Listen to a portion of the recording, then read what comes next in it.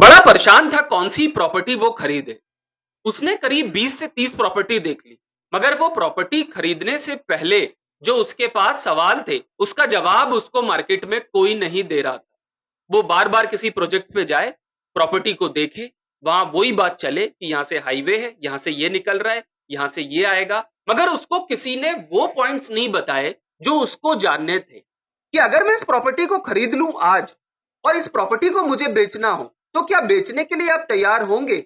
सारे लोग बोलते हैं हम बिकवा देंगे, मगर बहुत सारे लोग प्रॉपर्टी खरीदने के अपने पास उनको ऐसा लगता है, बाद में उनको ऐसा लगता है कि यार मैं कहीं ठगा महसूस तो नहीं कर रहा, प्रॉपर्टी तो मैंने खरीद ली। क्योंकि प्रॉपर्टी को खरीदना आसान है, प्रॉपर्टी को मैनेज करना उतना ही कठिन है। बहुत आसान लगता है कि प्रॉपर्टी का निवेश बहुत अच्छा निवेश है, बहुत अच्छे रिटर्न है। बिल्कुल है, मगर कौन सी प्रॉपर्टी को कब खरीदें, कब बेचें, इसके लिए क्या आप तैयार हैं? आपने वो माइंडसेट बनाया है कि मैं आज इस प्रॉपर्टी को खरीद रहा हूं, मुझे कल को कोई दूसरी प्रॉपर्टी दिखती है तो मैं इस प्रॉपर्टी से बाहर आ जाऊंगा।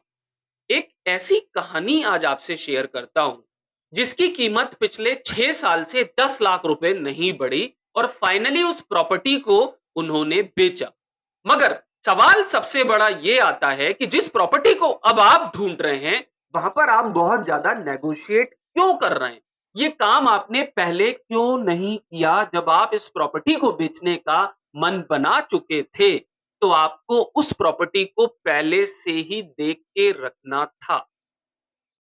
बहुत सारे लोग प्रॉपर्टी को बेचने के बाद एक्शन में आते हैं, अपना समय निकालते हैं, प्रॉपर्टी को ढूंढते हैं और घबराहट में, जल्दीबाजी के फैसले में, अपने कैपिटल गेन के टैक्स को बचाने के चक्कर में वो ऐसी प्रॉपर्टी को खरीद लेते हैं जो प्रॉपर्टी भविष्य में उनके लिए बहुत खराब स्थिति पैदा कर देती है। ये आप मान के चलें। अगर आपका ऐसा मन है कि मैं किसी प्रॉपर्टी को बेचने वाला हूं, तो पहले तैयारी कर लें कि कौन सी प्रॉपर्टी को आप खरीदेंगे। अगर आपके पास इसका जवाब है इस सवाल का, तो आपके लिए आसान होगा। और अगर आपको ऐसा लगता है कि मैं किससे पूछूं ये बातें, तो मार्केट में हो सकता है बहुत कम लोग ऐसे हों जो आपको आपके सवालों का जवाब दे पाएं, क्योंकि ये प्रॉपर्टी की इंडस्ट्री है। यहाँ सब लोग पैसा कमाने के लिए काम कर रहे हैं और कोई गलत बात नहीं। अब आपने उस प्रॉपर्टी को तो बेच दिया और 6 साल से उस प्रॉपर्टी का रेट नहीं बढ़ा।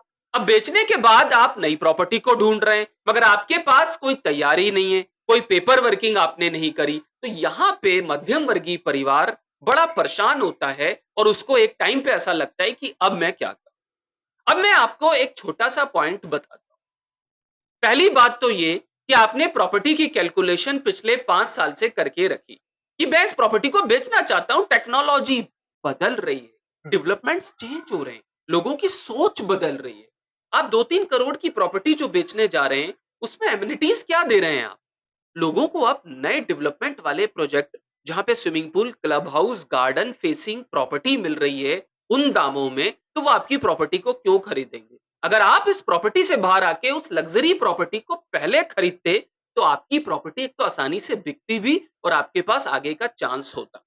होता है ना कि बहुत सारी चीज, जैसे स्टॉक में भी कुछ लोग किसी स्टॉक को चिपका के इमोशंस के साथ बैठ जाते हैं और मार्केट ट्रेंड बदलता चले जाता है और उनको पता नहीं होता कि मार्केट बदल रहा है। मार्केट के बारे में अगर आप अपडेट नहीं होंगे, तो आप बहुत बड़ा लॉस कर रहे हैं, क्योंकि आपकी प्रॉपर्टी आपके जो दाम है, जो आप एक्सपेक्टेशंस कर रहे हैं, वो नहीं। तो अब ऐसे समय पे क्या करें? कौन सी ऐसी प्रॉपर्टी को खरीदें जो आपके लिए फायदा दे? इसके लिए आप मेरे साथ बने रहें, क्योंकि आने वाले समय में मैं ऐसे ही वीडियोस लेके आता रहूंगा और आपको कैलकुलेशंस के साथ बताने की कोशिश करूंगा। क्योंकि एक बार जब आप कैलकुलेशन के साथ इन बातों को समझने की कोशिश करेंगे, तो आपके लिए प्रॉपर्टी के मार्केट में अपने आप को ठगा महसूस करने की जरूरत नहीं है।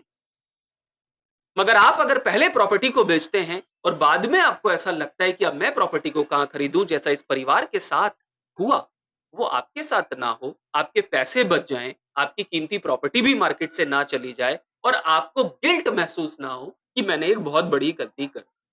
चैनल को सब्सक्राइब जरूर कर लें और अच्छे अच्छे कंटेंट अगर आपको देखने हैं, तो मेरे साथ बने रहें। मैं आपको प्रैक्टिकल कैलकुलेशंस और ऐसे एग्जाम्पल लेके आऊंगा जो आपके लिए बहुत काम आए।